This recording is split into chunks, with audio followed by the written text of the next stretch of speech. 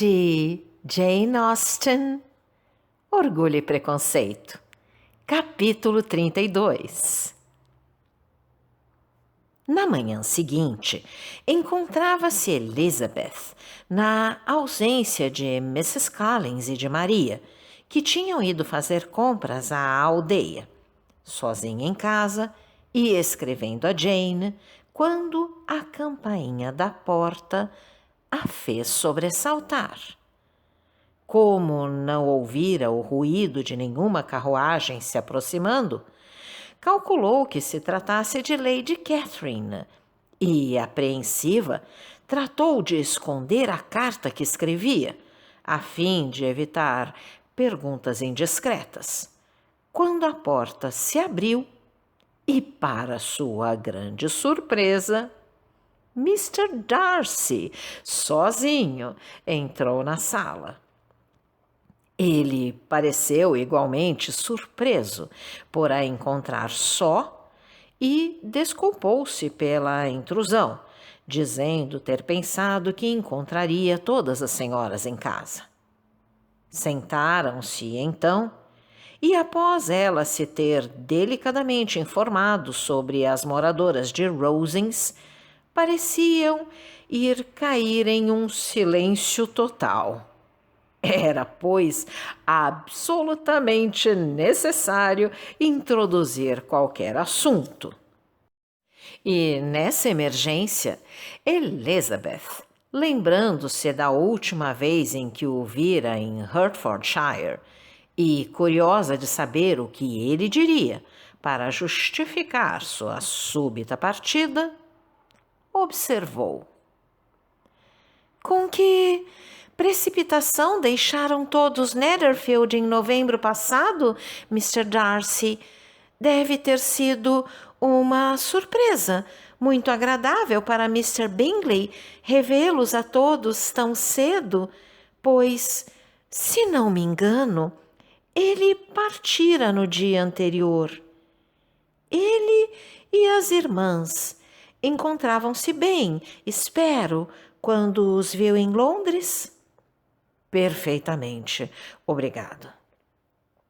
Elizabeth compreendeu que não receberia outra resposta e, após uma curta pausa, acrescentou: "Pelo que me foi dado entender, Mr. Bingley não tem intenção de voltar a Netherfield?"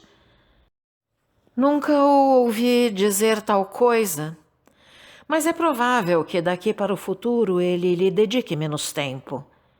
Ele tem muitos amigos e está em uma idade em que os amigos e os compromissos aumentam continuamente.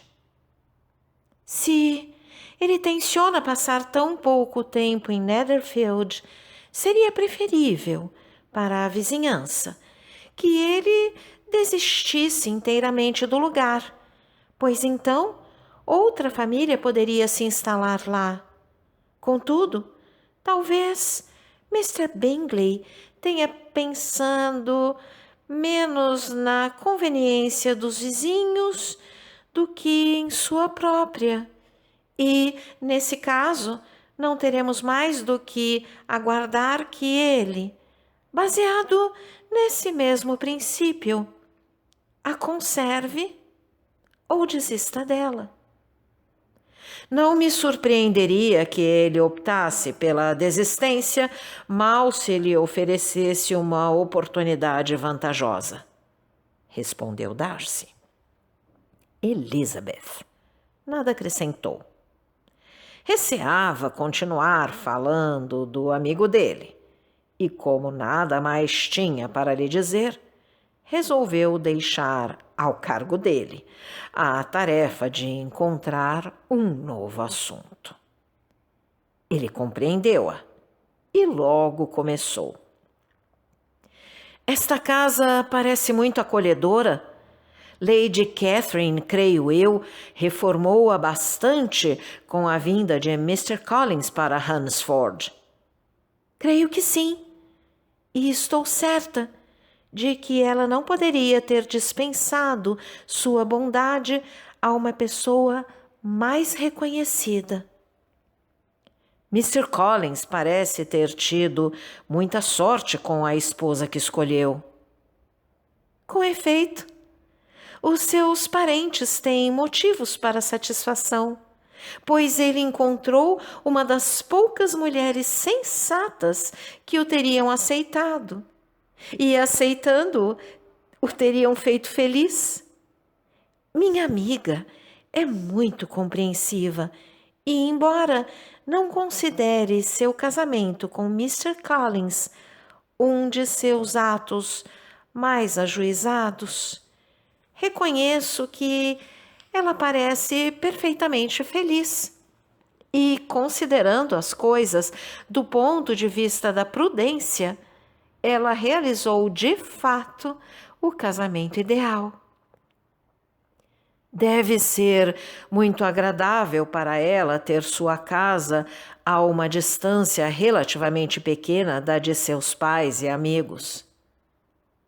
Uma distância pequena, diz o senhor? São perto de 50 milhas. E o que são 50 milhas em uma boa estrada? Pouco mais do que meio dia de viagem. Sim, considero uma distância bastante viável. Nunca me lembraria de considerar a distância como uma das vantagens do casamento, exclamou Elizabeth. Jamais teria dito que Mrs. Collins se encontra instalada perto de sua família. É uma prova de sua afeição por Hertfordshire. Qualquer lugar que não se encontrasse nas proximidades de Longbourn lhe deve parecer longínquo. Enquanto falava, havia nele uma espécie de sorriso que Elizabeth julgou compreender. Ele devia supor que ela estava pensando em Jane e em Netherfield e enrubesceu ao responder-lhe. Não quis com isso dizer que uma mulher não deva morar um pouco longe da família. Longe ou perto, ambos são relativos e dependem de várias circunstâncias.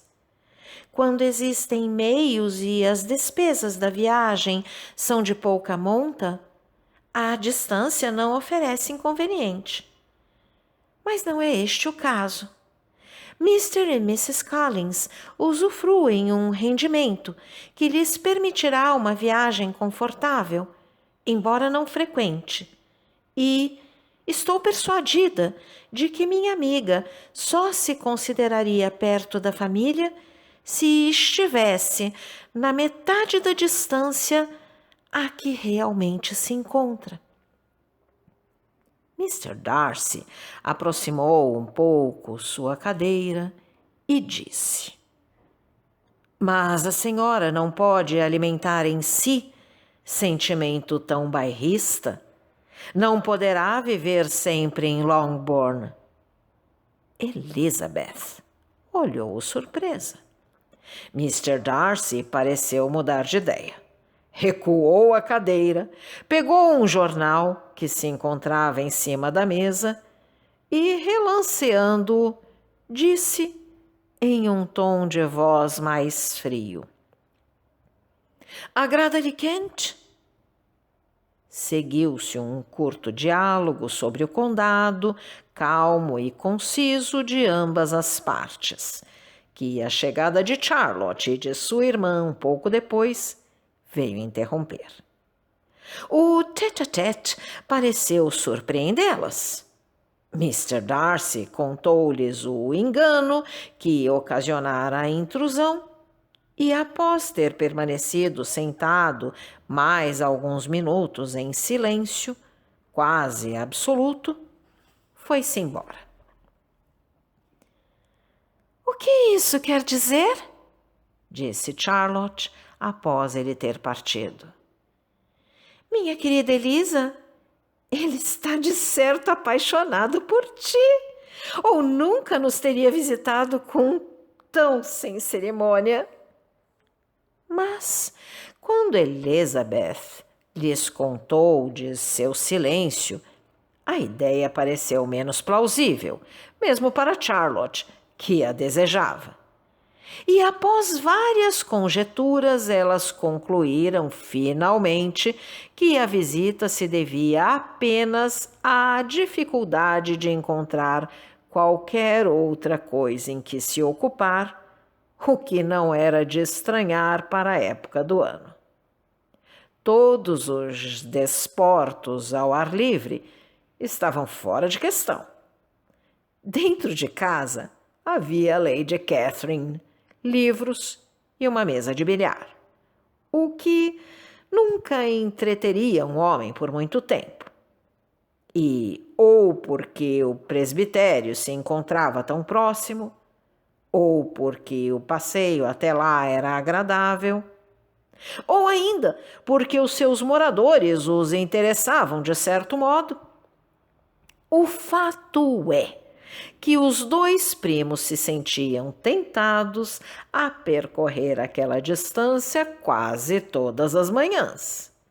Chegavam a horas variadas, por vezes juntos, outras vezes separados e, de vez em quando, acompanhados pela tia.